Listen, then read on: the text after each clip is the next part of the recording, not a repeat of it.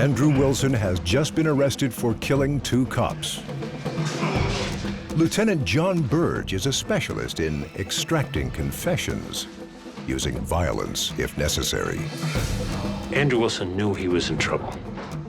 Wilson was brought into the room, he was kicked, he was punched, and this was before any interrogation started. I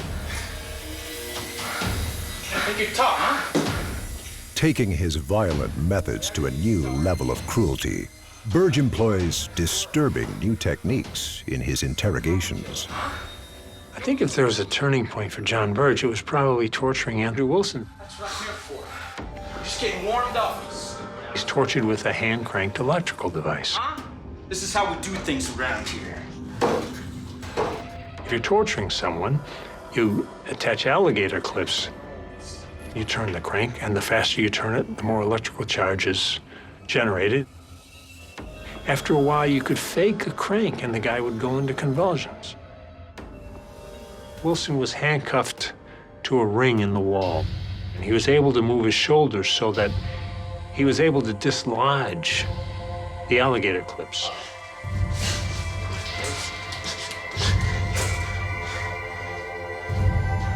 What are you doing, man?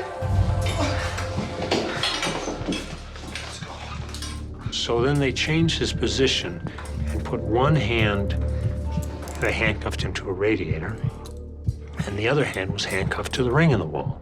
And then they held him still. While in holding him still, they were forcing him up against a hot radiator.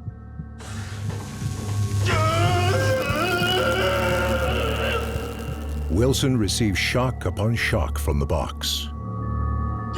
His torture goes on for hours. I think people thought there was some justification.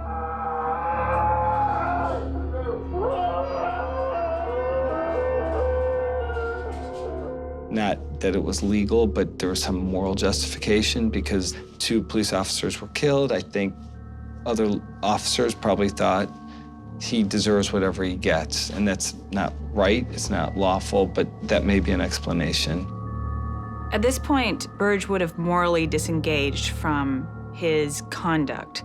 Labeling him a cop killer dehumanized him and made him an object and therefore much easier to treat in a particular way. But then sadistic tendencies would have come to the surface to permit, in his mind, the use of torture as a method of getting a confession from this person. Wilson's torture is illegal, morally inexcusable, and one day it will come back to haunt Burge.